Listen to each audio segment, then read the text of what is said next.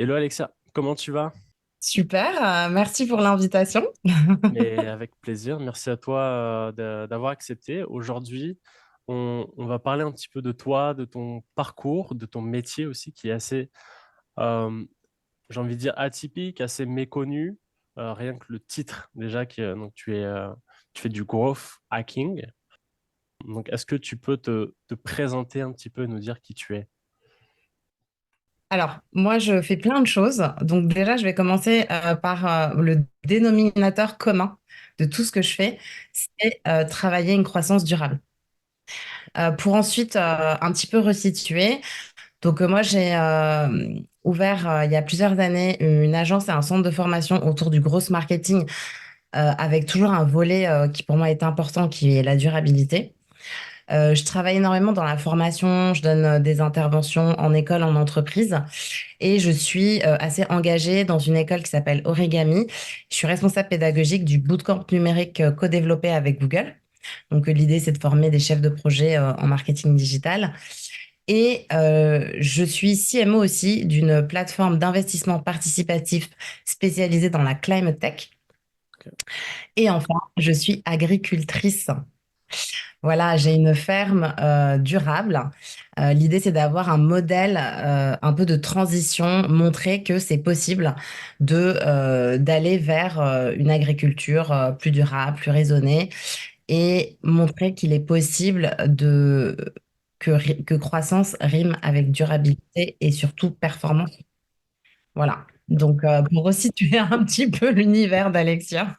Ouais, en fait, t'as plusieurs métiers. Enfin, je me demande si tu as 24 heures dans une journée comme nous tous, mais c'est vrai que agricultrice, tu fais tu fais des cours, tu es consultante avec ton centre de formation, etc.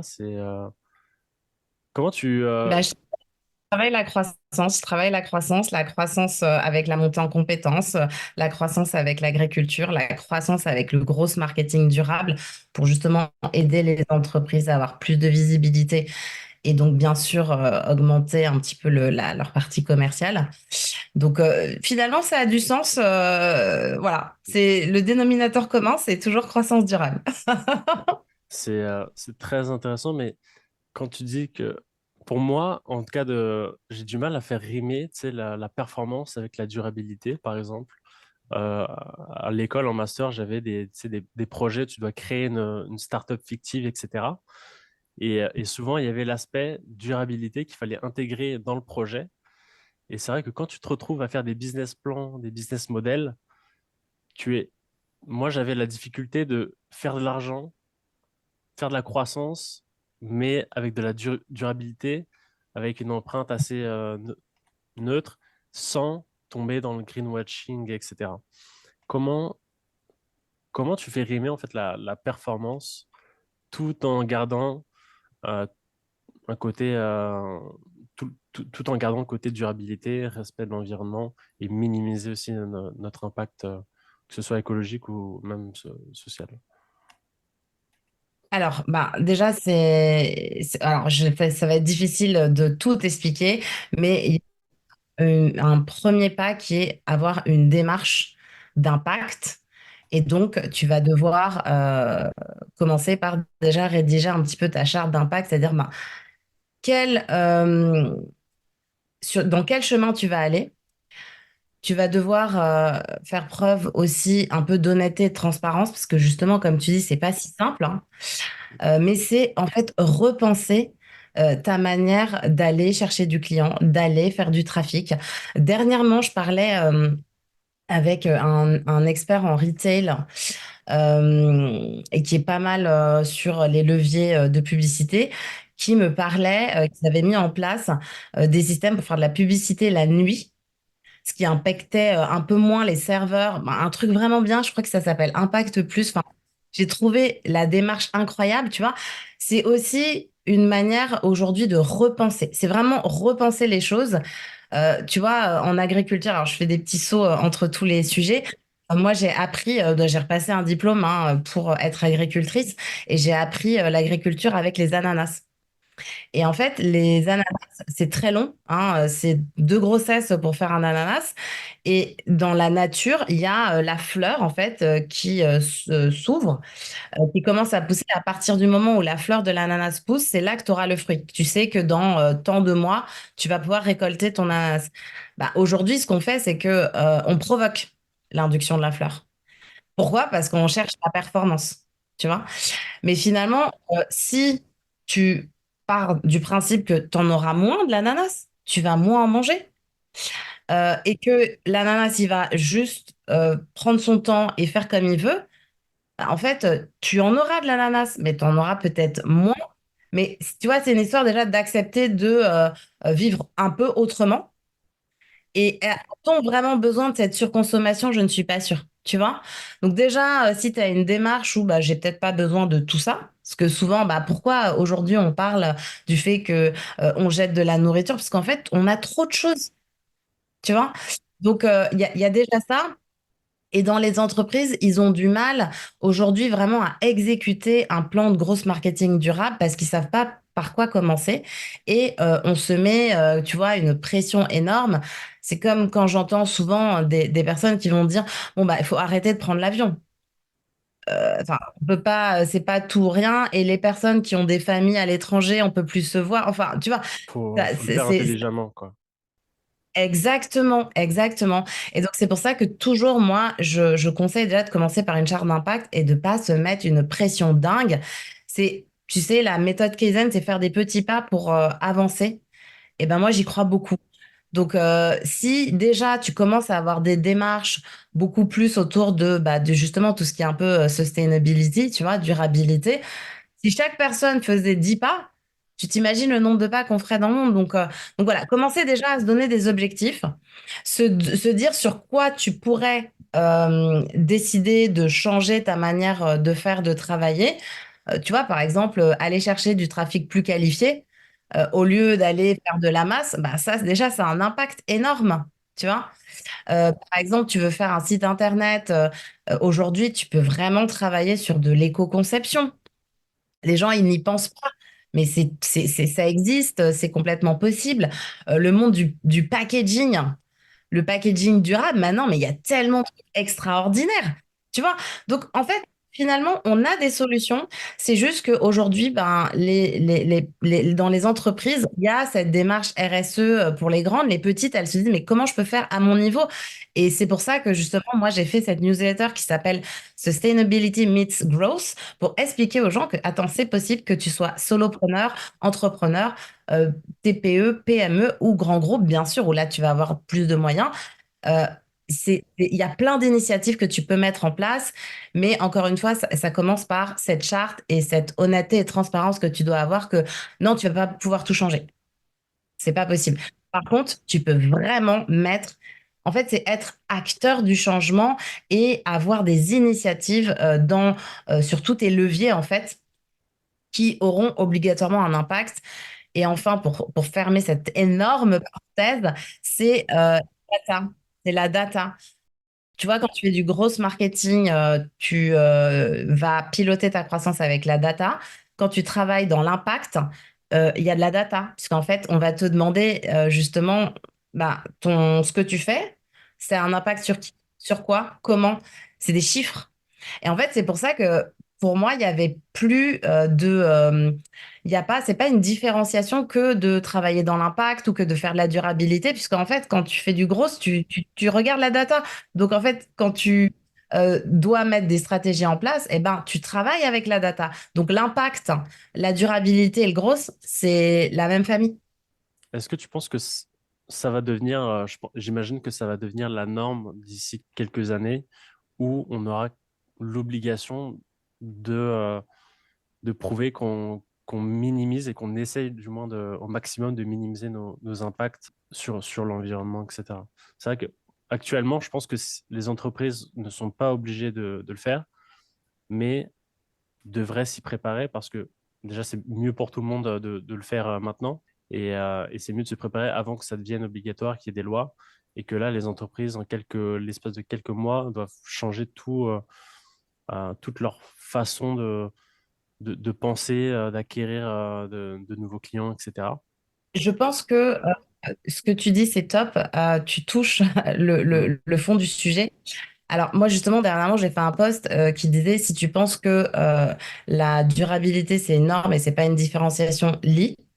mm, Parce que moi pour moi je ne suis pas dans la différenciation, je suis dans la normalité. mm, Il y a deux dates aujourd'hui qui sont importantes, c'est 2030 où justement l'idée c'est que l'économie devienne un peu régénératrice et 2050 où en fait les entreprises ne pourront plus être financées si elles ne suivent pas justement des règles de durabilité. Et donc en fait, c'est déjà les lois existent déjà, elles vont se durcir. mm. Et c'est pour ça qu'aujourd'hui, hein, dans justement cette plateforme d'investissement participatif We Take Part dans la Green Tech, bah, en fait, on est aujourd'hui un acteur pour aider les entreprises à accélérer et justement dans le but d'accélérer la transition écologique et énergétique.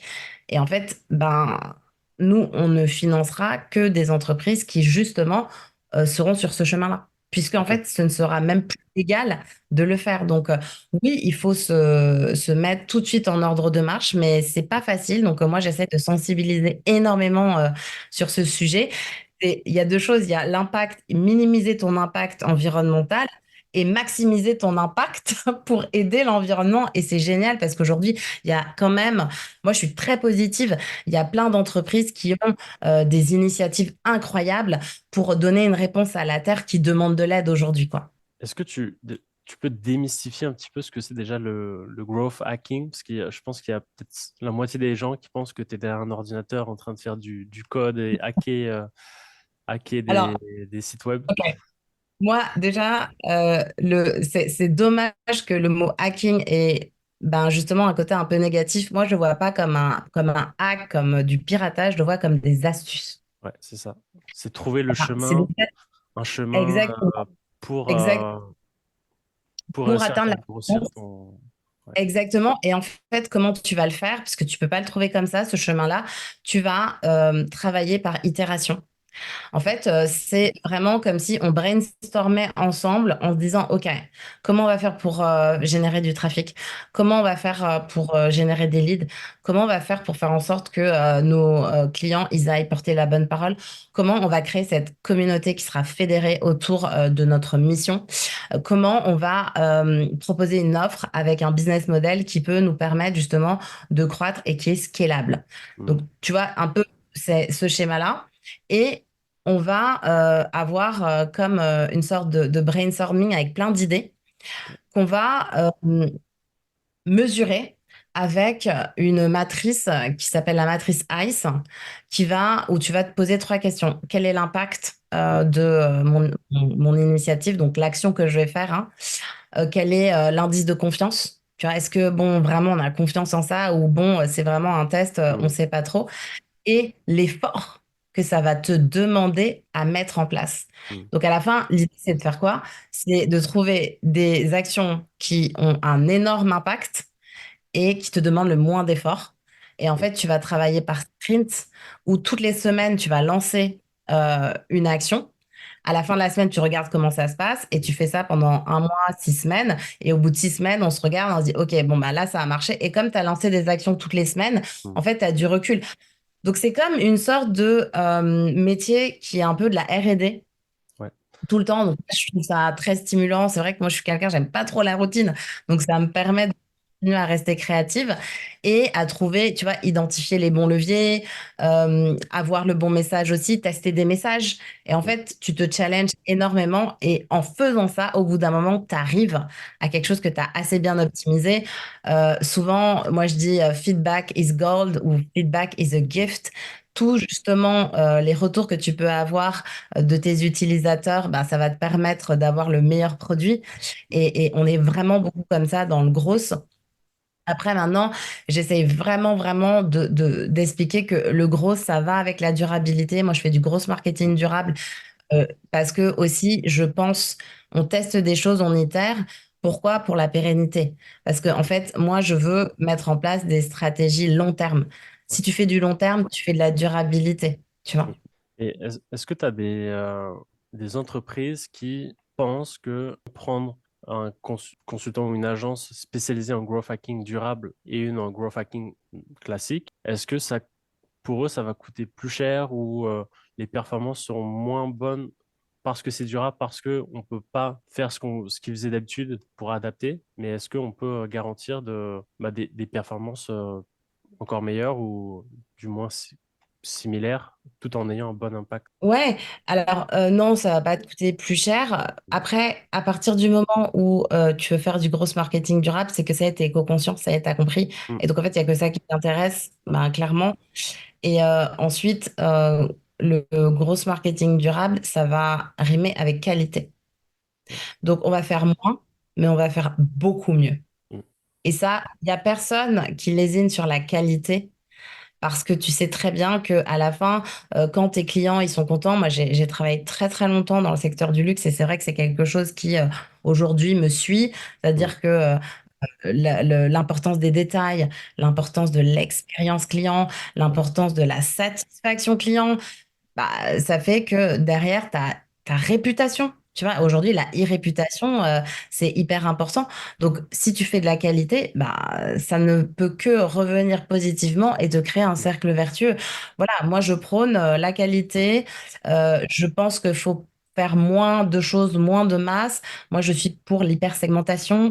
Moi, je mm, suis pour l'hyperpersonnalisation, tu vois. mm, Et derrière, ton message, il est plus clair, il touche vraiment ton audience, ta cible, ton buyer persona, tu mm, vois, la personne à qui on veut parler. Donc, non, je pense que vraiment, en fait, quand tu as commencé à goûter au mm, gros marketing durable, tu plus envie de le mm. quitter parce que ça devient C'est comme une logique. évidence. Mais c'est ça, et justement, et je pousse les gens à dire, c'est pas une différenciation, attention, c'est ce qu'on doit faire aujourd'hui.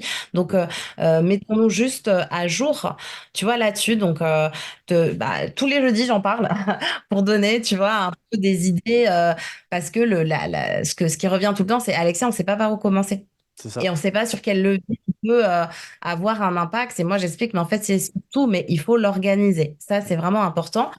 Et moi, en fait, écoute, je connais pas d'agence en grosse marketing durable. C'est ça qui est fou. Je connais des gens qui font du marketing responsable, mais le gros, tu vois, comme tu dis, qui a un métier quand même spécifique, ben, j'en connais pas. Voilà. Et c'est vrai que j'en connaissais pas non plus, mais c'est vrai que j'imagine que dans quelques années, ça va pousser comme des ananas. Comme tu as dit, il y aura plein d'agences et tant mieux, tant mieux.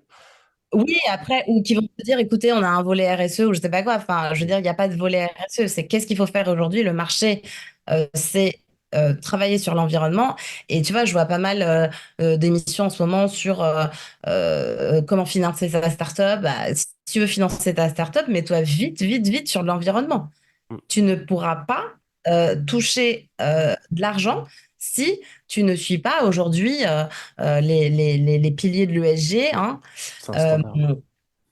Exactement, Mm. exactement. Et je suis hyper contente que toi aussi tu le dises parce que Ouais. c'est ça, il faut que les gens soient conscients. Enfin, moi, je fais un gros travail de, tu vois, de partage autour de ces sujets-là. Donc, ravi que toi aussi tu penses la même chose. Mais oui, j'ai suivi pendant 2 mois des cours à San Francisco et en Ok. fait, je suivais des cours en fait, c'était des investisseurs qui étaient spécialisés dans tout ce qui était la durabilité, etc., bah, quand ils allaient voir des pitchs et pour investir dans une entreprise, il fallait absolument qu'il y ait un impact positif, que ce soit social ou environnemental. Et c'est vrai que enfin, les investisseurs, etc., vont vers là parce que ça devient la norme et tant mieux.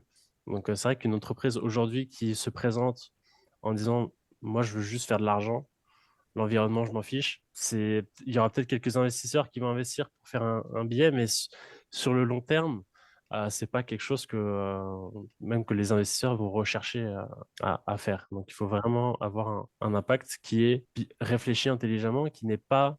Parce que pour moi, en fait, il faut construire son business autour de ça et pas juste dire, bon, je veux faire ça. Et c'est là qu'on tombe aussi un peu dans le greenwashing. Tiens, comment je peux communiquer que, voilà, c'est bien beau de dire j'ai planté des arbres, etc. Mais je pense pas que ça suffise aujourd'hui.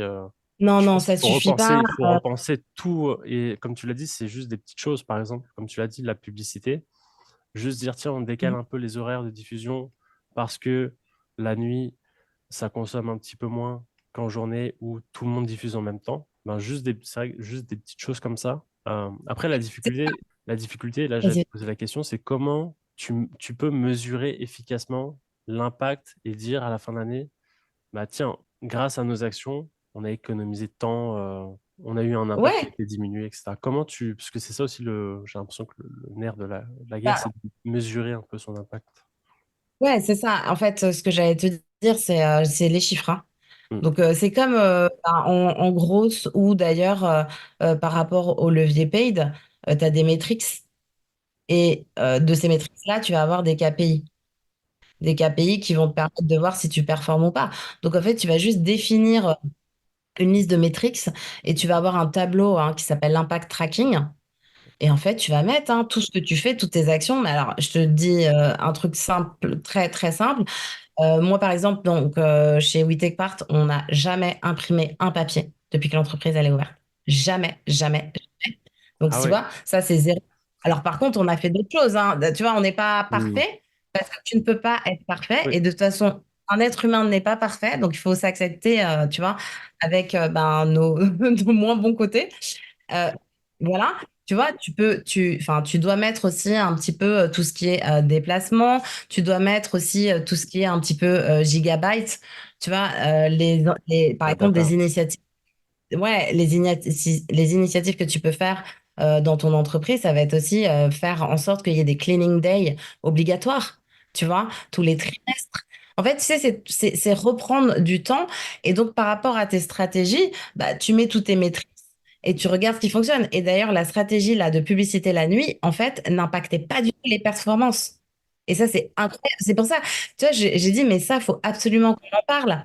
Et j'ai dédié une journée le samedi, tu vois, sur l'impact, où je donne des exemples soit d'entreprises sur l'économie circulaire, soit de startups qui ont fait un truc innovant, soit, tu vois, d'actions comme ça, incroyables. J'ai vu aussi un endroit où tu peux aller faire ce qu'ils appellent du outworking, aller en fait, tu vois, dans la nature, travailler sur justement de la formation RSE. Enfin, aujourd'hui, il y a quand même plein d'initiatives, on n'en parle pas assez, donc moi je donne la parole à tout ça, mais encore une fois, tu vois, tu parlais de performance et tout. Tu fais ton tableau de métriques, tu dois avoir tes KPI d'impact. Il y a un KPI qui doit être important, c'est combien de personnes tu vois, sont impactés positivement avec ce que tu fais. Ça, c'est hyper important. Par exemple, tu vois, si, je sais pas, tu soutiens une entreprise qui va faire de l'énergie renouvelable avec la force des vagues, bah, ça va être important de dire, bah, aujourd'hui, avec cette technologie, on peut donner de l'électricité à 10 000 personnes. Tu vois? Ça, c'est un KPI hyper important. Donc voilà, alors c'est ça, faut être dans les chiffres, faut être dans les tableaux, faut avoir un tableau d'impact tracking. Et tu vois, à tous les niveaux, par exemple, un solopreneur, ben, il peut dire, ben voilà, moi j'ai un site internet éco-conçu, très minimaliste, parce que c'est mon outil de travail. Et en fait, ça, j'ai déjà un impact dessus, tu vois. Mais la data, c'est très important. Aujourd'hui, je suis sûre que tout le monde regarde son téléphone. Tu as 38 000 photos, tu ne sais toujours pas pourquoi. Faut effacer tout ça. Bon, donc ça, c'est plein d'initiatives, mais bah, au fur et à mesure, à force d'en parler, de donner des exemples de ce que tu peux faire, je pense que ça va rentrer, tu vois, dans la tête des employés, des freelances, des indépendants, des entreprises, Ouais. complètement, hein. Mais c'est vrai que quand tu parles de la data, c'est vrai que c'est quelque chose qui est immatériel pour nous, mais qui au final est très physique parce que tout est stocké et ça consomme énormément, mais on ne le sait pas. Tous nos Ouais, tout emails, est stocké quelque part. c'est ça. C'est pas immatériel le C'est ça. stockage, en fait, c'est stocké C'est quelque pas part. vraiment dans les nuages, tu vois. C'est quelque part sur Terre où tout est stocké et ça consomme énormément. Ça chauffe aussi énormément. Ça réchauffe vachement l'atmosphère. C'est pour ça qu'ils les mettent maintenant au pôle Nord ou je ne sais où. Mais c'est vrai Mais que tu sais que Pardon, je voulais juste rajouter un truc par rapport au serveur. J'ai découvert dernièrement une entreprise, donc après avoir si la techno, elle marche bien, en tout cas, l'idée, je l'ai trouvée intéressante, qui, Qui chauffe les avec la, bâtiments? Non, qui chauffe les ouais, enfin, bâtiments. avec la chaleur des serveurs, ils créent de l'énergie. Et voilà, tu vois ça, par exemple. Alors attention, hein, en gros marketing durable, on va se renseigner. On fait des petites enquêtes quand même parce que maintenant, tu sais, avec tout ce qui est fake news, tu sais pas ce qui est vrai, ce qui est faux. Donc il faut aller creuser, chercher des sources. Tu vois, est-ce que ça existe vraiment? Mais en tout cas, juste l'idée là, comme ça, super. Tu vois, bah, ça c'est si ça marche, si c'est une vraie technologie, si elle est brevetée, labellisée, bah, tu peux dire effectivement, vu qu'il y a beaucoup de serveurs, potentiellement récupérer de l'énergie de ça, c'est génial. Et là, tu vois ton cercle vertueux arriver. Tu vois, tu dis on faisait trop du bien à la planète, bah là maintenant on arrive à renverser le truc.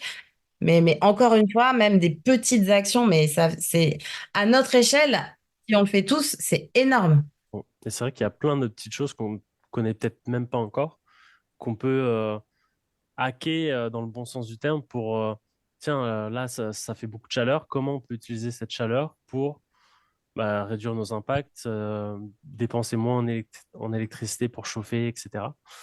Et c'est vrai qu'il y a plein de petites choses.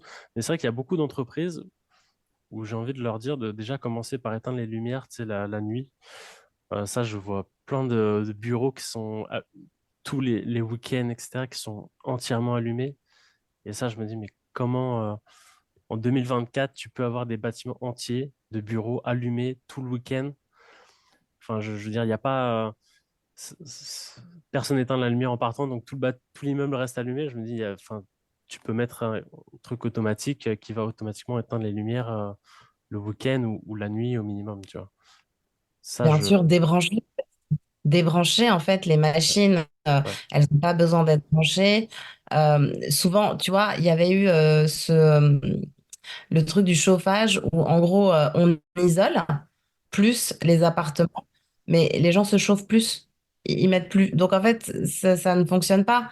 Si tu isoles, c'est justement pour rester à la même température, mais les gens ils mettent le chauffage tellement fort, ou ils mettent le chauffage fort, ils ouvrent les fenêtres. Tu vois, c'est après. C'est un travail qui va être long, mais il faut surtout en parler. Moi, je pense que c'est pour que les personnes puissent prendre vraiment conscience. Moi, je suis entourée de personnes qui ont plein d'initiatives. Enfin, je pense à quelqu'un qui, depuis longtemps, met en place des corners sur du vrac, tu vois. Et ça s'appelle l'Esprit Vrac. Et c'est juste génial. Et il se bat, il a un projet exceptionnel. Donc voilà, moi je suis quand même entourée de gens hyper passionnés autour de ce sujet. Nous, on est très conscients, mais c'est vrai que on sent que ça manque quand même de voilà de réalité et d'action. Voilà, moi je suis vraiment dans l'action. Je suis une femme d'action. Donc je dis juste, voilà, faites, soyez acteurs justement de cette transition. c'est vrai qu'il y a tellement de petits gestes que même moi, où on n'y pense pas parfois. Moi, pas ce qui me révolte, mais c'est quand tu sais, je vois même des amis où tu vas au supermarché, tu as ton sac à dos qui est vide, tu vas quand même prendre trois sacs plastiques parce qu'elle te les donne, tu dis, alors que tu as un sac à dos. Tu dis, enfin, il faudrait se dire, ah non, mais je mets dans mon sac à dos. Et au final, Bah oui. les gens, ils pensent pas forcément. Et c'est vrai que si tu dis, si tu passes, enfin, si tout le monde le faisait, enfin, ça réduirait vachement. Après, c'est vrai qu'il faut que, euh, que les gens prennent conscience et des fois, on n'y pense pas forcément de dire, ah bah tiens, c'est vrai que j'aurais pu ne pas prendre de sac plastique à ce moment-là, j'aurais pu faire ci, j'aurais pu faire ça pour essayer de réduire mon impact. Euh, mais c'est vrai que, est-ce que toi, parce que pour moi, le growth hacking, c'est, euh, on te donne les clés de dire, voilà, donne-nous toutes tes idées pour améliorer les performances, euh, améliorer aussi l'entreprise en général, etc., tout en gardant la durabilité. Est-ce que c'est pas difficile lorsque est-ce que tu peux faire ça dans des grands groupes ou des grandes entreprises? Parce que pour moi, le growth hacking, c'était plus rattaché, tu vois, aux startups où tu peux prendre des décisions très rapides plutôt que des grosses structures où pour chaque idée, tu vas devoir attendre 3 mois, tu vas devoir envoyer 15 emails, etc. Parce que chaque décision, bah, il faut que ce soit validé par plein de personnes. Est-ce que tu as besoin d'un environnement très rapide pour pouvoir tester toutes ces choses-là ou tu peux l'exercer dans une entreprise plus grande? Alors, moi, je pense que tu peux. Après, fatalement, c'est vrai que souvent, tu vas penser nouvelles techniques d'acquisition, rapidité, scalabilité, et donc tu vas penser startup. Mais attention, rapide, c'est pareil. Moi, j'ai toujours dit, hein, je ne suis pas magicienne. Et donc, c'est pas si rapide que ça.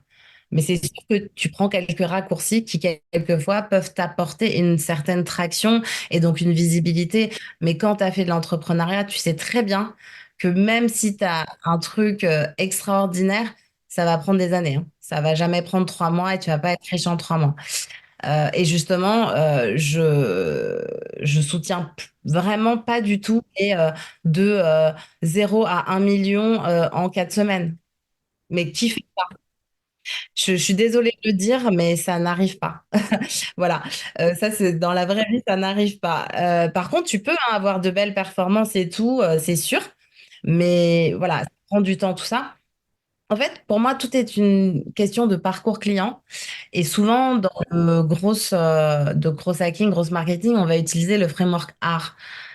Acquisition, activation, rétention, referral, revenu. Et en fait, c'est juste une manière d'aborder un parcours client. Et donc, si tu vois, tu as un grand groupe, tu vas te poser la question, OK, comment on va faire pour faire de l'acquisition? Et tu vas surtout avoir beaucoup de moyens. Donc, j'ai envie de dire, bah, tu vas surtout être beaucoup plus confort. Tu vas être le roi des grosses, puisque tu vas avoir beaucoup de moyens. Alors qu'un gros, justement, il a pas beaucoup de moyens. Donc, il doit vraiment user d'astuces pour essayer d'aller chercher de l'attraction, tu vois. Ensuite, tu peux te poser pour un grand groupe, comment on fait pour faire de l'activation? L'activation, c'est quoi? C'est créer une expérience que la personne, elle fasse, tu vois, c'est arriver à ce aha moment où la personne a fait, ah, je le veux ce truc. Genre, c'est un game changer ce qu'ils ont fait, tu vois. Voilà, donc ça, tu peux le faire dans un grand groupe et c'est ce qu'ils recherchent à chaque fois, tu vois, ce aha moment par rapport à essayer d'avoir des clients. Ensuite, tout ce qui est fidélisation. Attends, dans tous les grands groupes, les programmes de fidélité, tu vois, les coupons, les parrainages, etc. Et tout ce qui est bouche à oreille, programme ambassadeur, avoir des influenceurs qui font partie du referral pour toi, créer une communauté. Ah, ça, c'est dans les grands groupes. Tout le monde maintenant, en plus, on vit dans un monde de communauté. Hein, aujourd'hui, tu crées une communauté en 3 secondes parce qu'on a 3 signes distinctifs. On aime bien le violet, on aime bien le skate et on est vegan. Ça te fait une communauté, tu vois? Ça, c'est Ben oui. Mais après, c'est intéressant parce que tu vois, on parlait tu vois, de vivre dans un monde très communautaire qui avait un côté négatif qui était plus hein, par rapport à des origines, des religions et tout. Mais aujourd'hui, on vit dans un monde communautaire par rapport à des intérêts. Et tu vois, toi qui es dans tout ce qui est bah, un peu levier, publicité, machin, tu sais très bien que dans l'audience, tu vas aller chercher justement les intérêts. Ça, c'est le truc le plus enfin, tu sais, hyper important. Donc, je trouve ça assez puissant, assez incroyable. Mais tu vois, là, je t'ai juste fait le framework. Tu peux vraiment l'utiliser dans des grands groupes et vu que tu auras plus de budget, c'est très confort. C'est juste que, effectivement, si tu veux être dans du test et de l'expérimentation rapide sur 6 semaines, je pense que ça va prendre plus de temps. Mais ce sera voilà, juste un espace-temps qui sera différent. Mais pour moi, c'est juste le gros, c'est aborder un parcours client de manière mais vraiment complète avec de l'expérience, des leviers à identifier qui pourraient être différents, sortir tu vois, souvent, bah, quand je fais de la formation et que je donne des petits cas pratiques, les apprenants, ils vont dire, oui, donc alors, on va faire des réseaux sociaux, on va faire de la publicité et on va faire du SEO. Je dis, bah, je suis pas là pour qu'on me dise qu'on fait du SEO, des réseaux sociaux et de la publicité, je sais. Mais comment? C'est quoi le message? Quel format tu vas utiliser? Parce que c'est pareil, tu vois, quand tu travailles en agence, tu vas suggérer des formats qui seront beaucoup plus adaptés à ton produit. Tu sais que là, sur ce levier, ça fonctionne. C'est cette expertise-là que je veux. C'est pas que tu me fasses un cours magistral en me disant, bah, en fait, tu as 5 leviers en marketing digital et on va les utiliser. Mais comment? Tu vois? t'as quoi comme ref au niveau des performances? Tu vois, je sais pas, tu veux faire du TikTok, ouais. Est-ce que TikTok, ça convertit vraiment? Peut-être si tu veux faire de la visibilité, que tu es en haut de ton funnel, c'est génial, tu Mm. vois? Ouais, Donc, et voilà. quels sont tes objectifs à long terme et qu'est-ce que tu veux construire et quelle audience tu veux aussi fidéliser, etc., créer une communauté. Parce que c'est vrai que Alors, aujourd'hui, les gens ne consomment plus forcément. Par exemple, si j'ai le choix entre quatre produits qui sont identiques, bah, je vais choisir un produit parce que j'adhère avec la marque, même si on peut me dire que c'est pas forcément le meilleur sur le marché. Si j'adhère avec cette mm, marque-là et que quand je vois même les communications, les publicités, elles me parlent, elles me touchent et je me sens adhérer aux valeurs, eh bien, aujourd'hui, les gens vont choisir la marque qui leur parle le plus plutôt qu'une autre qui pourrait être moins chère, peut-être plus performante. Et c'est vrai qu'aujourd'hui, et ça, les marques doivent le comprendre, le branding, ça a toujours été important, mais c'est toujours très, très, très important. Ça le devient de plus en plus. Euh, et c'est ça qui est difficile aujourd'hui pour des marques qui doivent s'adapter à, à l'époque, je proposais mes produits les moins chers, ça marchait super bien. Maintenant, on est moins cher, mais si la marque ne suit pas, je vais pas réussir à convaincre une nouvelle audience et de nouveaux utilisateurs qui vont consommer et être fidèles à notre marque, quoi. bah, le branding, c'est hyper important aujourd'hui et le storytelling. Storytelling, ouais. Aujourd'hui, en fait, tu achètes une histoire. Mm. Tu C'est achètes ça. l'histoire autour du produit et c'est à qui tu auras fait le plus rêver. Et ça, c'est difficile à faire comprendre aux entreprises. Mm. Mais tu vois, c'est aussi travailler ton message. Encore une fois, tu vois, avoir un bon storytelling, c'est, tu vois, réussir à bien comprendre, faire venir Mm. tes cibles dans ton univers. Et, et ça, je trouve que c'est mis trop souvent de côté, alors que ça a un impact. Tu t'achètes pas le produit maintenant. Enfin, T'achètes la marque. donc mais c'est ça, je suis complètement d'accord avec toi. Branding, storytelling, c'est vraiment des choses à travailler aujourd'hui.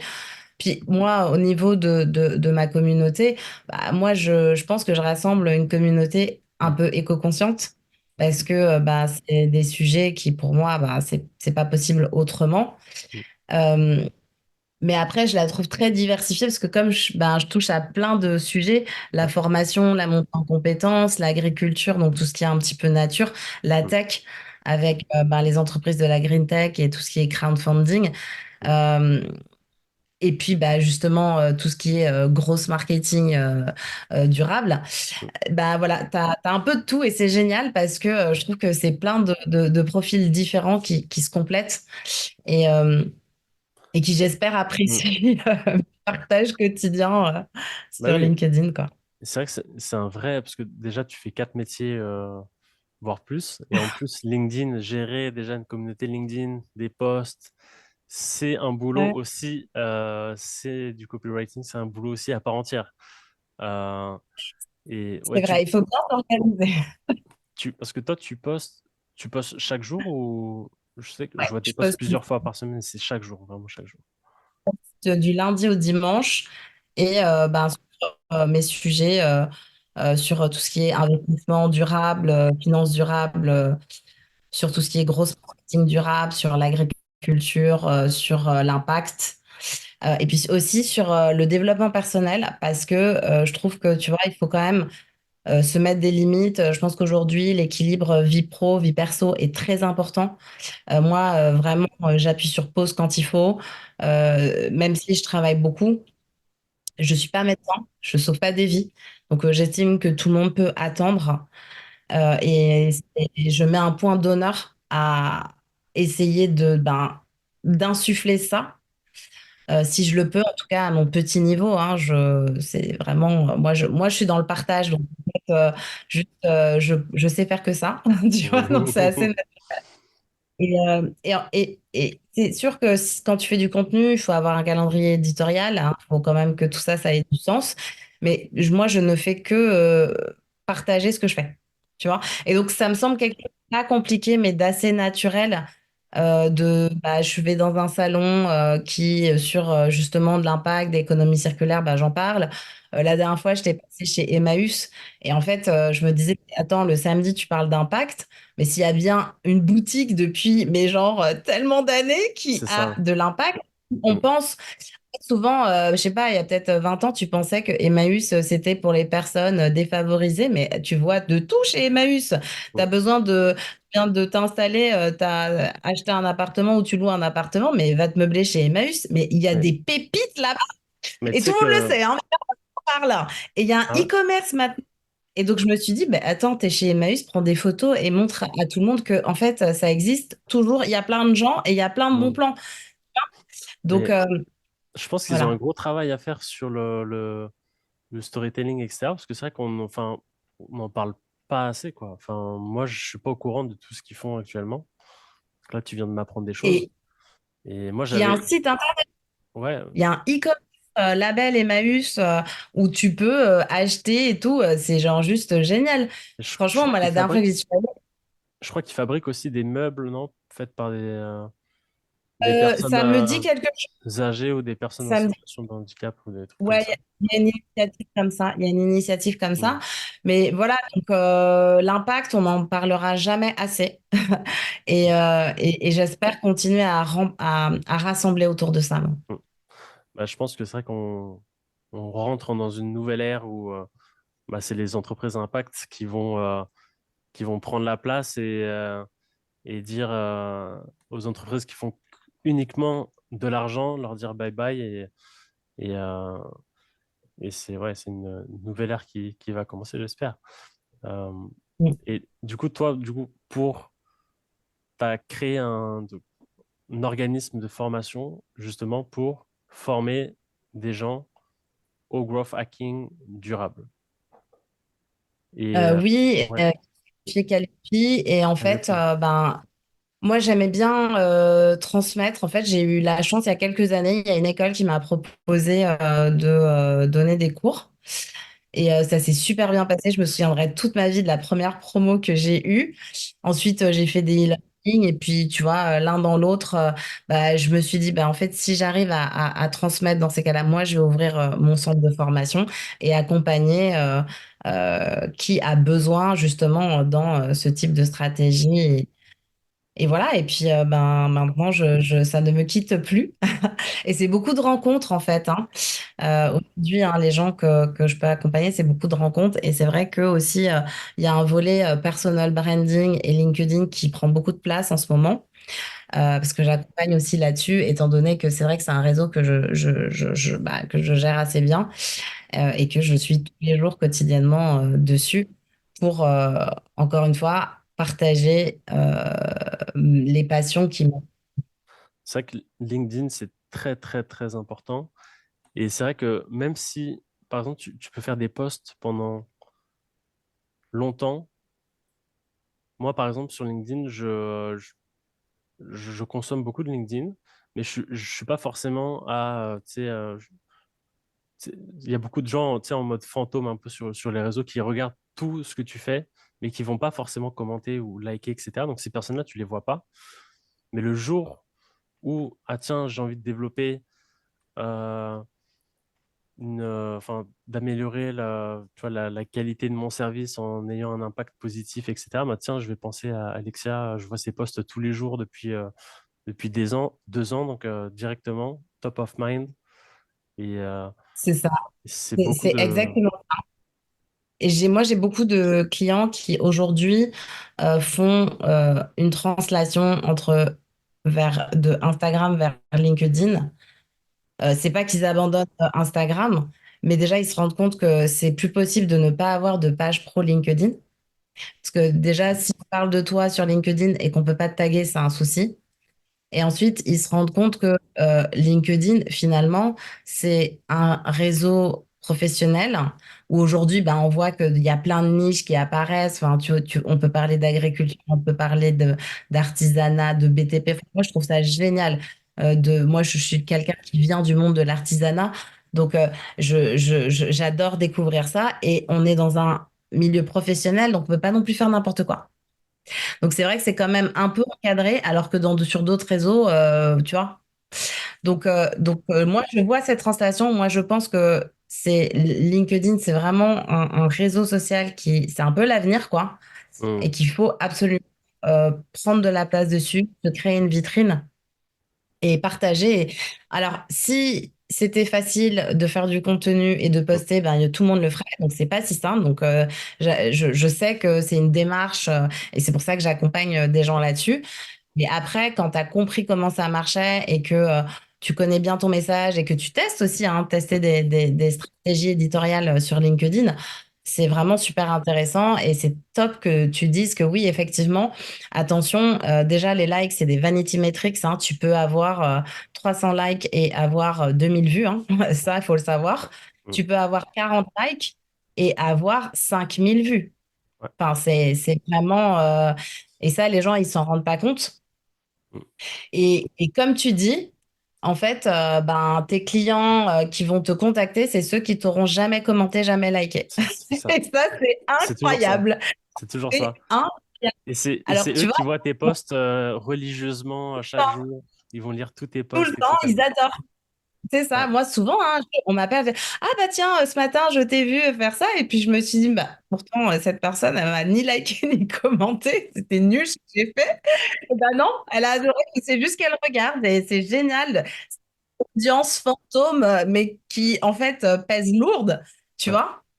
C'est vrai que Donc, je pense 90-95%, même plus des gens sur les réseaux sont comme des fantômes, vont pas forcément mettre des likes partout, etc. D'autant plus sur LinkedIn où tout est aussi visible. Donc parfois, quand tu commentes, bah, tu sais que tout le monde peut le voir, etc. Donc il y a des gens qui aussi vont juste lire et vont pas forcément commenter ou quoi. Après, c'est toujours bien quand tu connais de liker ou commenter pour donner un peu de visibilité, un peu de force à- mais oui, aux il personnes. faut, enfin, Parce mais que, c'est tu vois, ça. Et moi, moi quand je vois par exemple, je sais pas, des CEO qui font des posts sur LinkedIn ou même des pages, tu vois, des pages professionnelles d'entreprises qui ont 500 employés, je me dis pourquoi il n'y a pas 500 likes sur tous les posts. Tu vois, déjà, si toi, tu likes pas les posts de ton entreprise, qui va venir commenter ou te donner de la force? Personne, tu vois. Donc mais, déjà, mais tu vois, ouais. moi, par rapport au gros marketing durable, ben, à partir du moment où tu as ta charte et que tu es aligné avec tes employés, ben, normalement, tu devrais avoir beaucoup plus d'engagement sur tes employés. Et en tout cas, chez We Take Part, c'est vraiment ça. On est tous alignés, on croit tous à la même mission et on a envie d'avancer ensemble. Et aujourd'hui, tu sais que ce mois-ci, c'est le mois de la Terre, le mois de mars, c'est le mois de la Terre. Et on s'est tous fixé un défi personnel, tu vois, pas seulement professionnel. Moi, c'est chaque fois que je vais au bureau, en fait, je ramène à manger que j'ai cuisiné. Il y en a un autre, il fait la gourde. Avoir une gourde et pas des bouteilles d'eau parce qu'en fait, bah, il utilise encore des bouteilles d'eau. J'ai trouvé ça génial. Il y a une autre personne qui a dit, bah, moi, je vais plus commander à manger chez moi. Maintenant, je cuisine et tout. Et c'est génial. Et en fait, on le fait avec plaisir. Et ça, c'est l'alignement. Et vraiment, tu vois, c'est pour moi la première démarche, c'est ça, c'est cette charte où on doit tous être alignés. Est-ce que la mission de l'entreprise, ça vous parle? Parce que si ça vous parle pas, on ne pourra pas avancer ensemble dans la durabilité, Mm. tu vois. C'est vrai Ça que va aussi avec la fidélisation des mm, collaborateurs. ouais. C'est une démarche durable, tu vois. Parce que c'est vrai que si c'est juste une case à cocher à la fin du mois, c'est bon, on a fait ce qu'il fallait faire pour être durable, mais il faut que ça vienne, enfin, ouais, il faut que ça vienne. Et c'est vrai que tu dois travailler sur le côté marketing, mais aussi sur le côté, ouais, comme tu l'as dit, création d'une charte d'entreprise. Et ce qui va jouer aussi beaucoup Mm. dans le recrutement, recruter les personnes qui sont en accord avec tes valeurs. Et si tu n'as pas de valeurs précises, tu ne pourras pas bien recruter. Et ça, c'est peut-être les startups ou des entreprises qui n'ont pas vraiment de vision, tu vois, de recruter des Mm. personnes qui ne sont pas forcément en valeur avec ces visions-là. Et une fois que tu veux mettre des actions en place, bah, si 80% de tes employés n'ont pas les valeurs que toi tu souhaites prôner, bah, ça va être compliqué d'avoir un impact durable et long terme parce que les gens, tu peux pas les obliger. à avoir un impact positif. Si pour eux c'est une corvée, ils vont juste ne pas le faire et au final,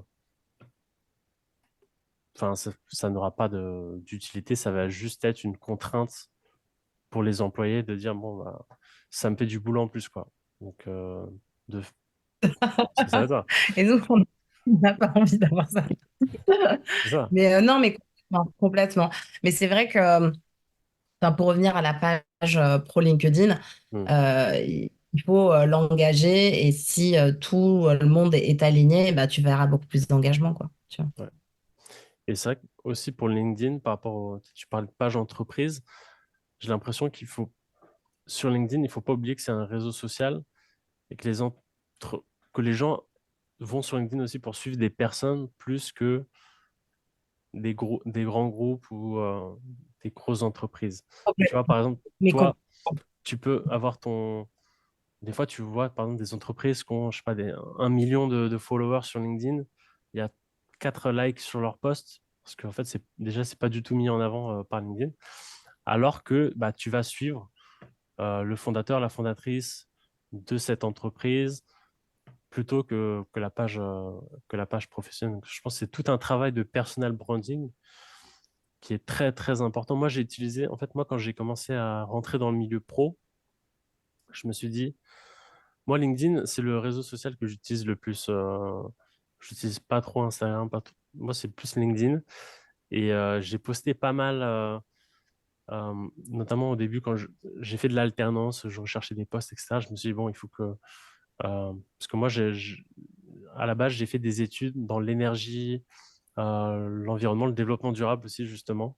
Donc, tu vois, c'était pour travailler en bureau d'études, dimensionnement de systèmes, tu vois, de systèmes thermiques de chauffage dans les bâtiments, la ventilation, l'isolation, etc. Et après, j'ai basculé en marketing. Et c'est vrai que quand j'ai commencé à chercher une alternance en marketing sans n'avoir jamais fait de marketing de ma vie, tu vois, j'allais à l'entretien d'embauche, je devais regarder ce que ça voulait dire marketing 5 minutes avant l'entretien parce que je ne savais pas ce que ça voulait dire. Et, euh, J'adore. et au final, j'ai commencé à poster sur LinkedIn, etc. Je me suis dit, bon, si je veux faire du marketing, il faut déjà que j'arrive à me vendre, déjà moi, en alternance à une entreprise pour qu'on me recrute. Donc, j'ai commencé à faire des posts LinkedIn, développer une espèce de personal branding que j'entretiens pas tellement, mais parce que c'est vrai que sur le long terme, et toi, tu postes chaque jour, c'est un boulot de dingue, ça, on l'imagine pas. Et poster tous les jours Ouais. pendant 2 semaines, c'est une chose. Mais poster tous les jours pendant plusieurs mois, Un- etc., etc., c'est juste dingue. Ouais.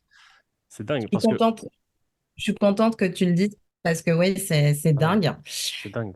C'est un vrai job, c'est un vrai job, enfin, c'est du boulot, quoi, de penser, d'avoir les images, quoi, des vidéos. Enfin, moi, j'essaye en plus de varier les formats, que tout ça, ça ait du sens, de penser tes accroches, tes call to action et tout. Ouais, merci de, merci de le Non, mais souligner. Donc, c'est pour ça que quand on te dit la c'est force, dingue.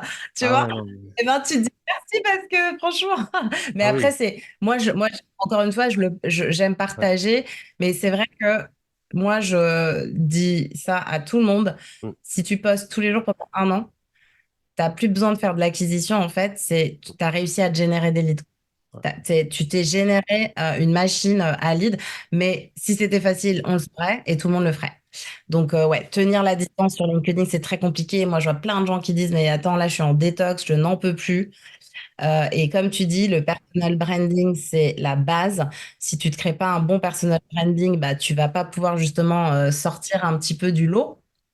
Il faut avoir une belle identité comme toutes les entreprises, où tu te dis, cette marque, ok, je sais, elle a un bon branding, je la reconnais. Bah, voilà, toi, est-ce qu'on va réussir à te reconnaître ou quand on arrive sur ton profil, est-ce que, tu vois, ça fait, on se dit, waouh. Et je suis désolée, ça me donne des idées. Comme je travaille beaucoup dans la formation, donc j'ai plein de promotions que je suis et je fais justement une journée LinkedIn Personal Branding pour eux, où je leur explique, attention, c'est toi le produit cette fois-ci. Et on va utiliser le framework R. Donc, en fait, comment tu vas faire pour faire de l'acquisition? Bah déjà, toi, c'est pas un site web, ce sera ton LinkedIn. Tu vois, tu vas faire venir les gens sur ton LinkedIn. Comment tu peux faire pour les faire venir sur ton LinkedIn? Eh ben, c'est justement créer du contenu. Comment tu peux faire pour faire de l'activation? Ben, ton contenu, il doit être genre à valeur ajoutée, bien ciblé et où les gens vont dire waouh, putain, c'est trop sympa ce qu'il fait et tout. Donc, en fait, on a envie de te rencontrer. Et quand tu vas à tes entretiens, on va regarder ton profil LinkedIn. C'est obligatoire maintenant. Tu peux plus faire ça. Moi, dernièrement, on m'a proposé de faire des cours. Et on m'a dit, dans une nouvelle école, et on m'a dit, oui, est-ce que vous pouvez m'envoyer votre CV? Ça faisait, je ne sais Ah pas ouais. combien d'années qu'on m'avait pas demandé un Oui. CV. Mm. Donc, je n'avais pas de CV. Et en fait, j'avais envie de lui dire, mais regarde juste mon Ouais. LinkedIn, et puis c'est très bien, tu vois. C'est Et ça, donc, t'as j'ai tout. refait Ouais. un CV rapidement et tout. Et je lui ai dit, et il m'a relancé au bout de quelques jours. Je suis désolée, comme on m'a plus demandé mon CV, je sais plus la dernière fois où on me l'a demandé, Ouais. j'en avais pas. Donc le temps que je prenne le temps de le faire et tout, il m'a dit, Mm. non, mais vous inquiétez pas et tout. Bah, j'en ai fait un, je lui ai envoyé. Mm. Mais tu vois, c'est pour te dire que ce truc de CV, je l'avais même plus en tête. Ouais. Donc, hyper important de LinkedIn, justement optimiser son profil complètement, c'est ça. travailler son personal branding. Et puis finalement, moi je dis, ne passe pas pour, va pas imiter. Mm. Tu peux t'inspirer. Il faut t'inspirer dans la vie, mais en fait, l'authenticité, c'est ce qui Mm. marchera toujours et c'est ce qui va te parler de toi. Mm. Souvent, enfin, une fois, j'avais parlé de storytelling et c'est vraiment réussir à avoir une histoire qui te ressemble, qui te Mm. parle. Mm. Si tu peux faire comme quelqu'un d'autre, en fait, ça va pas marcher parce que ça va avoir un côté un petit peu fake. Et moi, je sais que souvent, on me dit, mais Alexia, ça, on sent ta sincérité. Tu vois, on sent ton naturel. Et quand on me voit, parce que moi, j'en ai marre des ordinateurs et donc j'essaie de rencontrer les gens, j'essaie qu'on se parle. La voix, c'est hyper important. Et ben, quand on me rencontre, en vrai, on me dit, bah ouais, je vois pas trop de différence, tu vois.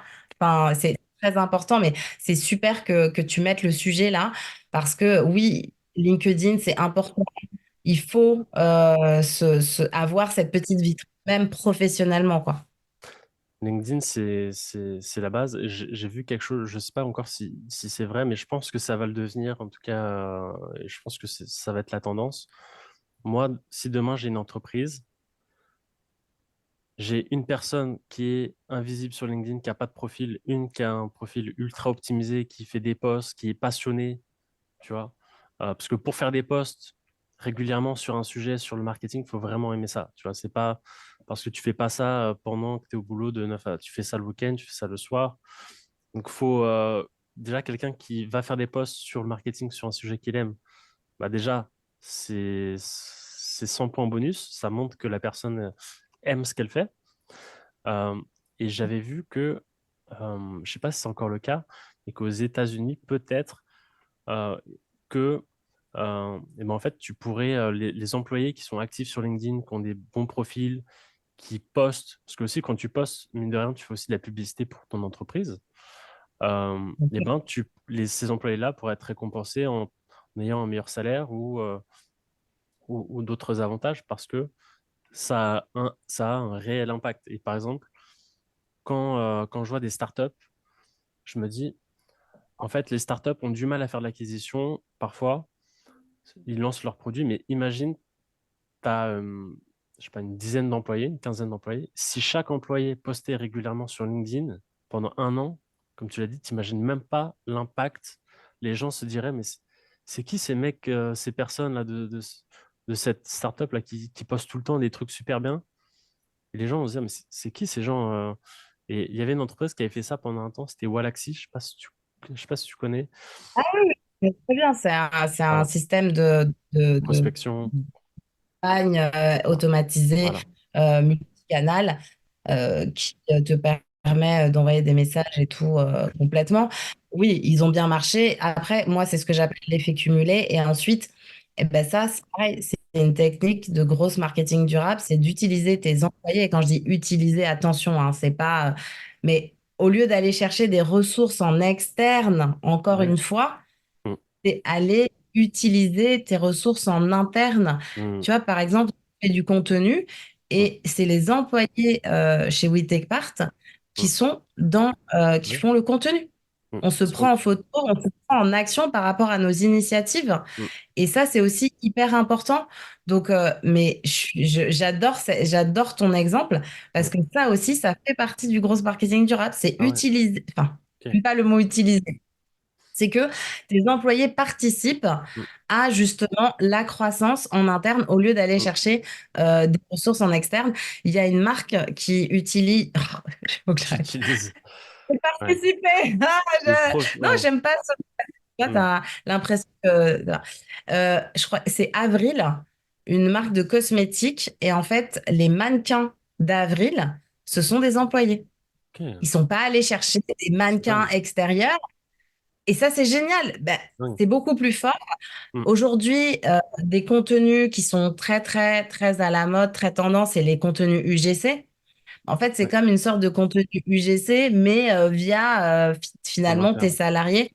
Mm. Exactement, en interne. Et ça, moi, je trouve que c'est tellement qualitatif. C'est aussi, tu vois, j'aimais pas le mot utiliser parce que c'est aussi mettre en avant toute cette force salariale que tu as qui t'aide à avancer. Parce que sans eux, tu pourrais pas faire croître ton entreprise. Et ça, je trouve ça génial. C'est aussi de la reconnaissance. C'est montrer que, en fait, vous aussi, vous participez à la croissance de l'entreprise avec votre authenticité, avec votre sincérité. Et ça, mais j'adore. Ouais. Je pense que les employés, c'est les meilleurs ambassadeurs possibles de ta marque et de ton projet. Si t'es, par exemple, je sais pas si tu une marque, je sais pas moi, quand je travaille dans une entreprise, ou pour une marque, j'aime bien aussi, pour moi, c'est important de faire partie de quelque chose. Et c'est vrai que si tu travailles dans une marque ou dans une entreprise où tes propres employés, déjà, ne sont pas des personnes qui pourraient consommer tes propres produits parce qu'ils trouvent ça les intéresse pas, je me dis, mais enfin, c'est tes employés qui vendent le mieux ta marque, qui en parlent autour d'eux. C'est des gens passionnés, quoi.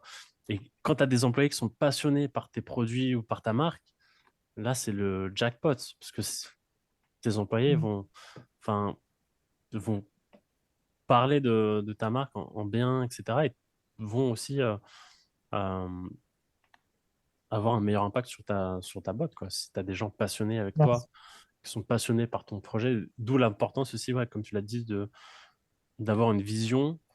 Et, euh, et c'est vrai que maintenant, quand on fait des entretiens, etc., on parle, tu sais, on a toujours une slide ou deux sur la vision, l'impact, etc.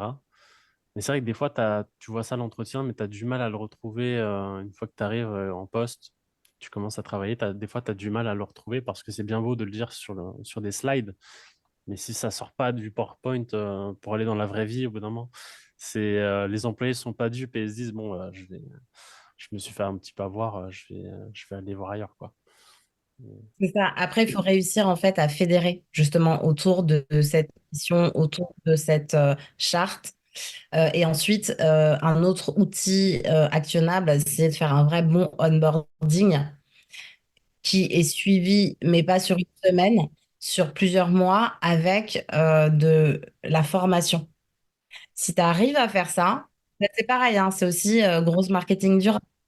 C'est dès le début, tu investis personne avec de la formation et avec des onboarding longs. Si tu penses que onboard quelqu'un, c'est une semaine, parce que de toute façon, tu es bien obligé de lui montrer quelques trucs quand tu as la chance d'être onboardé, Ouais. Moi, et ben j'ai en fait, connu tu peux des. Ouais. te Ben Ah, oui, non, mais on l'a j'ai- tous connu. Donc, ouais. je pense que tout le monde voit très bien de quoi je parle. Mais voilà, enfin, nous, on onboard chez WeTechPart, ça prend 3 mois. C'est pas parce que, en fait, ça prend du temps, parce que ça passe par de la formation, on te forme aussi. Euh, on a la chance d'avoir une CEO qui est formatrice de la fresque du climat. Donc, on a fait la presque du climat. On essaie vraiment de s'acculturer et de continuer à travailler la montée en compétences. Que la montée en compétences, c'est aussi investir en toi-même.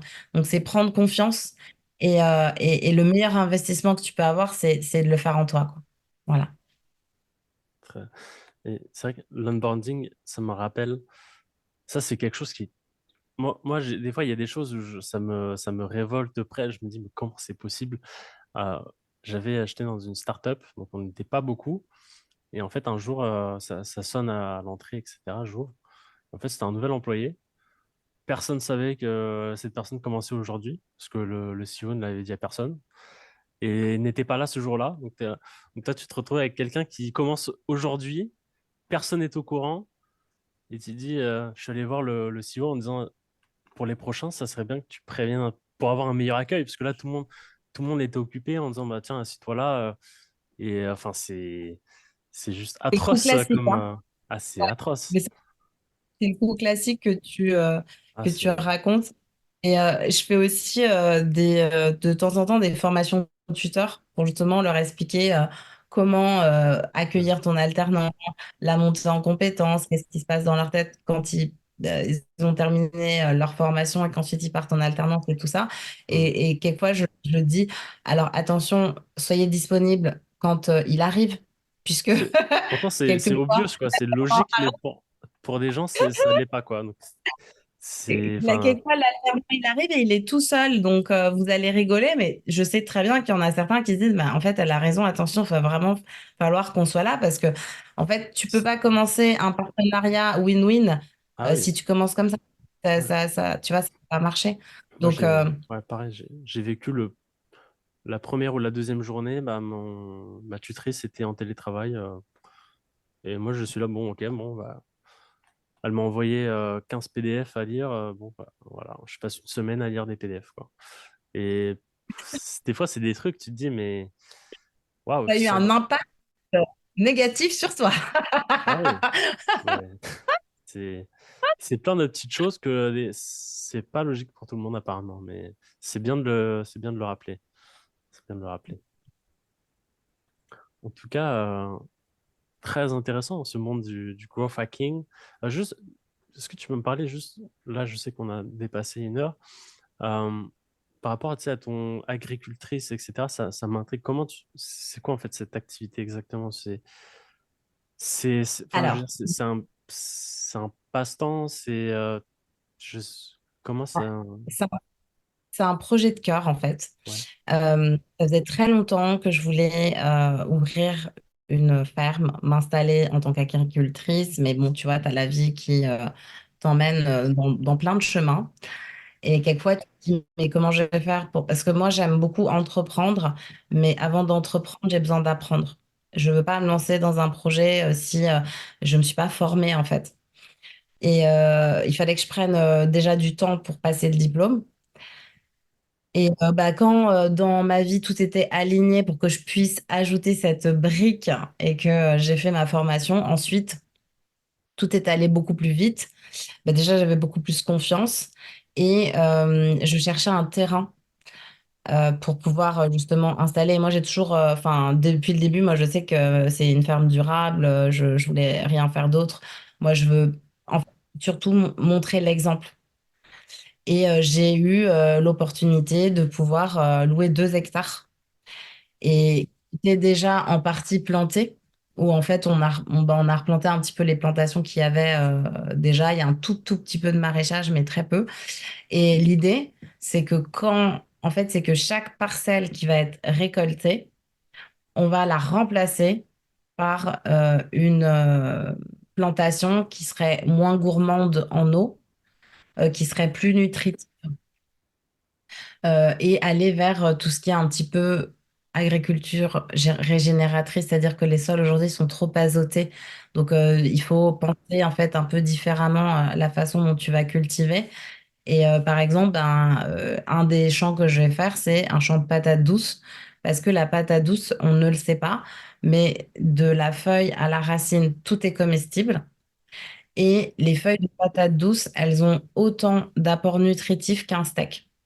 Et donc, ouais. Et attention, moi, je suis pas pour non plus devenir complètement végétarienne ou végane. J'aime beaucoup. J'aime beaucoup. Enfin, moi, ça fait des années que 2 fois par semaine, qu'il neige, qu'il pleuve, qu'il vente, je suis végétarienne. C'est un truc que j'ai vraiment instauré dans ma vie. Et bah, voilà, ça, par exemple, ben, la patate douce, ça pousse très bien là où j'ai ma ferme. C'est très nutritif. et c'est pas trop trop gourmand. Ça reste, tu vois, une tubercule. Et voilà, moi je fais ça. Et en fait, à chaque fois qu'une parcelle va changer, ben je vais en parler et ben j'en parle tous les mercredis de la ferme. Donc l'idée c'est vraiment que les gens suivent et juste voient que ça c'est possible. Tu vois que c'est et c'est vraiment un projet de cœur qu'il faut. Ben, il faut que ce projet s'autofinance, donc ben, j'y travaille. Mais en tout cas, ça n'a jamais été pour un business, faire plein d'argent. Et je pense que dans la vie, il y a des projets que tu dois porter qui sont pas pour faire de l'argent. Tu vois, je pense que c'est pareil.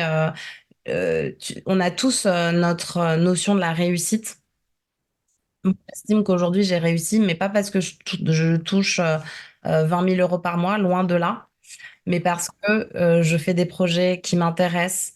J'ai avancé professionnellement, j'ai fait plein de choses, moi. Donc là-dessus, je me trouve assez complète. Euh, Aujourd'hui, je pourrais lancer n'importe quel projet. Donc, je me trouve assez puissante sur ça. Et donc, voilà, je suis arrivée à un moment dans ma vie où, voilà, pour moi, j'ai réussi. Donc après, tu vois, tout le reste, c'est du bonus. Le bonus, ouais. Et ouais, c'est du bonus. Moi, tous les jours, je vis du bonus. Et ça, cette ferme, ben, ça me fait vibrer, quoi. Enfin, quand je suis là-bas, je me ressource énormément. C'est un lieu où bah, je veux accueillir des gens aussi, qui, bah, peut-être, justement, eux, aujourd'hui, sont pas encore dans un j'ai réussi, mais sont en train de se reconstruire. Enfin, bon, j'ai plein d'idées autour de ça. Euh, mais voilà, c'est montrer que tu peux aller faire de la transition, en fait. C'est vraiment, voilà, montrer un modèle de transition, que c'est possible, que on n'a pas besoin d'être tout le temps dans la performance.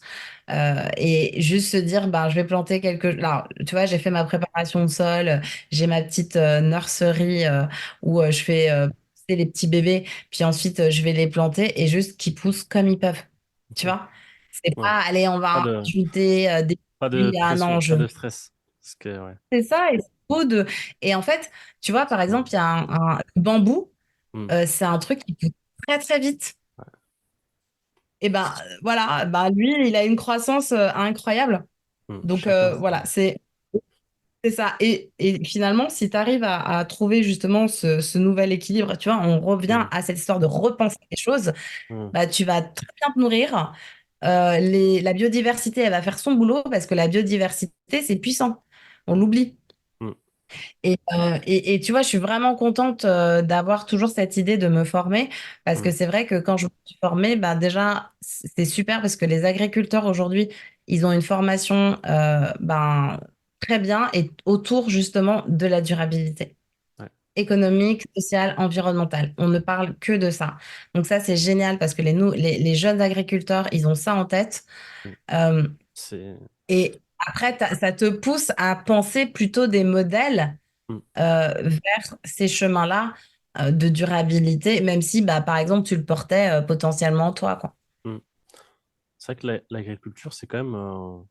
Enfin, on fait pas ça n'importe comment, quoi. C'est vraiment. Faut vraiment savoir beaucoup de choses pour faire les choses bien, quoi.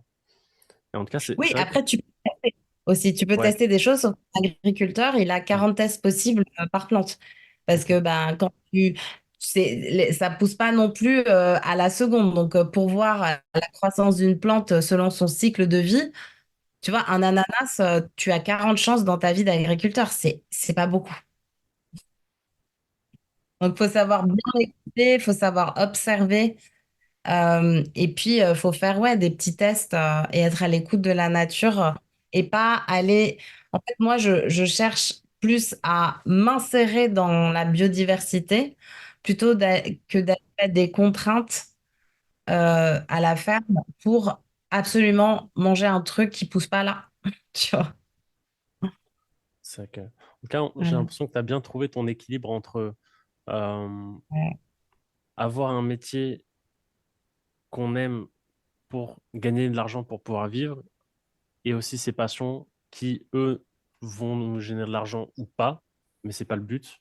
Et de jouer entre, bah, je passe du temps pour une activité que j'aime bien. Et c'est ça que je pense que pour moi, la réussite, c'est de trouver un métier qu'on aime faire, même si c'est pas notre passion, mais qu'on aime quand même faire, qui nous permettent de vivre, et d'à côté avoir le temps aussi de profiter de ses passions pour avoir un équilibre sain et avoir une bonne santé mentale tout au long de sa vie, quoi. C'est ça ouais, c'est ça Ouais, la complexité aussi parfois, parce que c'est pas évident pour tout le monde de trouver un petit peu sa voie, mais c'est un travail à faire. Ouais. Et toi, tu as toujours été ouais. dans le côté durable, ou tu as eu un déclic un jour où tu t'es dit, il faut que, il faut que je mette en place des actions, parce que là, enfin, voilà quoi. Ou alors, tu as toujours eu par l'éducation aussi, peut-être, ou alors Alors, c'est venu d'un coup, je sais pas. un peu des deux, par l'éducation, effectivement. Je pense à trois choses comme ça. Moi, j'ai grandi en Belgique. En Belgique, le recyclage, ça fait depuis toujours. Enfin, moi, j'ai toujours connu le recyclage, ce qui est arrivé, je trouve, très, très tard à Paris, enfin en France. Donc ça, déjà très sensibilisée là où j'ai grandi, avec plein de magasins bio qui n'étaient pas réservés aux personnes très aisées. Les magasins bio en Belgique, on avait plein et qui n'étaient pas, ça coûtait pas une fortune. Donc ça. Ensuite, moi, j'ai fait plus de 10 ans de scoutisme. Donc, tu vois, nature, exploration, truc hyper important. J'ai travaillé très longtemps dans le secteur du luxe.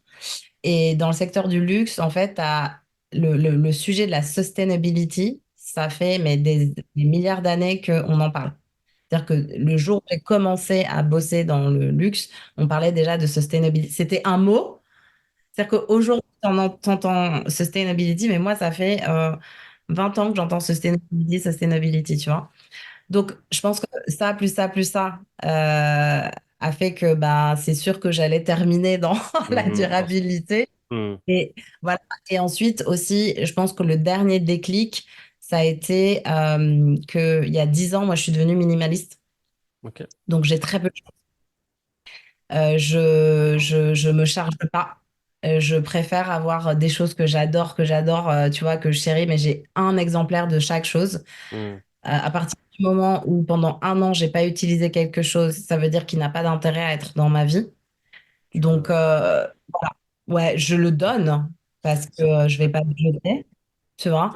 Mhm, Donc en fait, tu vois, aujourd'hui, par exemple, enfin, j'ai déménagé il y a un an et pendant 5 ans, j'étais dans un autre appartement. Et quand je suis arrivée dans cet appartement, en gros, soit je mettais un tout petit frigo et une machine à laver, soit je prenais un gros frigo et j'avais pas de machine à laver. Et moi, j'ai fait le choix de pas avoir de machine à laver. Alors attention, j'avais quand même une laverie juste en bas de chez moi. Bon, mais il fallait pas. Et il s'avère que j'avais de la famille pas loin, tu vois. Mais je l'ai fait ce choix-là. Ça me semblait pas être un monde, tu vois. Et aujourd'hui, j'ai une machine à laver, je fais une machine par semaine. Tu vois, je suis pas quelqu'un qui consomme beaucoup de toute façon. Euh, Trop de choses, moi, ça me m'angoisse. Parce que justement, j'ai fait ce chemin de minimalisme depuis longtemps et je me sens tellement plus, en fait, plus forte. Par exemple, moi, j'ai plein d'amis qui me disent tout le temps, ah, j'ai mon truc qui est tombé en panne, j'ai ma machine à laver tu vois, mon lave-vaisselle qui est tombé en panne, nanana, les réparateurs. Moi, je me sens pas du tout concernée parce que j'ai très peu de choses, tu vois. J'ai une mini plaque, un air fryer, tu vois. J'ai pas, voilà. Donc, aujourd'hui, je respire durabilité, puisqu'en fait, c'est vraiment ma vie, tu vois. Je consomme très peu, mais je fais pas d'efforts. Tu vois, justement, moi, j'ai pas eu à tout repenser. C'est juste qu'à force de déménager, de perdre des choses et tout, un jour, je me suis dit, mais en fait, est-ce que j'ai vraiment besoin de tout ça? Et mon objectif, c'était de pouvoir me dire, en une après-midi, je peux déménager. Et quand tu réussis, tu vois, chez toi à te dire en 4 heures, on peut tout remballer, là, c'est bon.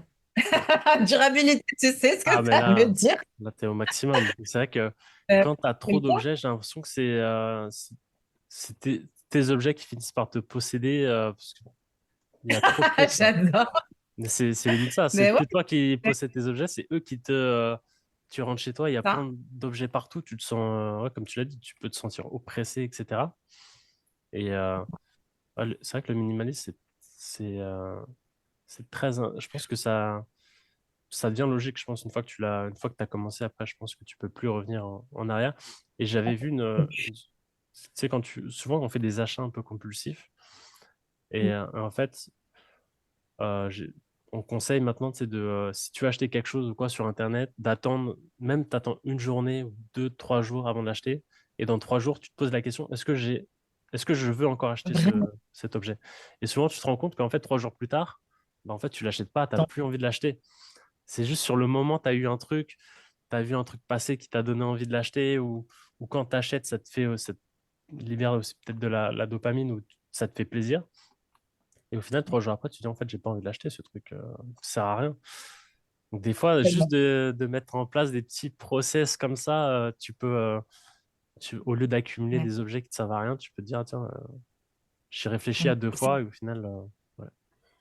C'est une très bonne technique et une fois sur deux, tu n'as plus envie de l'acheter, hein. Ouais. Tu vois? C'est très Moi, je, compulsif. moi, je, aussi, une autre technique, c'est quand il y a quelque chose qui arrive chez moi, il y a quelque chose qui repart. Tu Ok. vois? Ah, Genre, ouais. bah oui, parce que j'estime être au Mm, maximum. Donc là, Donc, en fait, ouais. si je donne quelque chose, il faut que je donne quelque chose et là, tu peux pas stocker. Et c'est fou comme tu accumules des trucs. Moi, j'achète vraiment pas grand-chose et chez moi, ça s'accumule parce qu'on me donne des trucs. Donc, je le redonne. Heureusement, je suis pas très loin d'un Emmaüs à qui je peux, tu vois, redonner toute cette générosité qu'on peut partager avec les autres, avec des vêtements, des objets, des couverts, des assiettes, et tout ça. Mais voilà, le nombre de gourdes, tu vois, que j'ai, je me suis retrouvée avec 15 gourdes parce qu'en fait, tu vois, tu vas dans des trucs, des cadeaux régis, des Mm, entreprises, des machins, et puis tu mm. te retrouves un jour avec 15 gourdes et Et tu dis, mais je tu suis tout. l'utilises jamais en plus. Tu les gardes, mais tu les utilises jamais, quoi. Donc, C'est ça sert à rien. En tout cas, merci hein, pour cet échange. C'était très intéressant. ouais, J'avais pas mal de questions hein, c'est trop sur le sympa. growth hacking et tout. Et j'adore les gens passionnés qui aiment partager leur parcours, leurs astuces, etc. Donc, merci beaucoup pour cet échange. Avec plaisir. Moi, j'ai pris beaucoup, beaucoup de plaisir à échanger avec toi et encore une fois à partager un peu de mon expérience. Et puis à vous emmener aussi dans mon univers éco-conscient, d'agriculture, de croissance, de formation, de green tech, de climate tech. Voilà.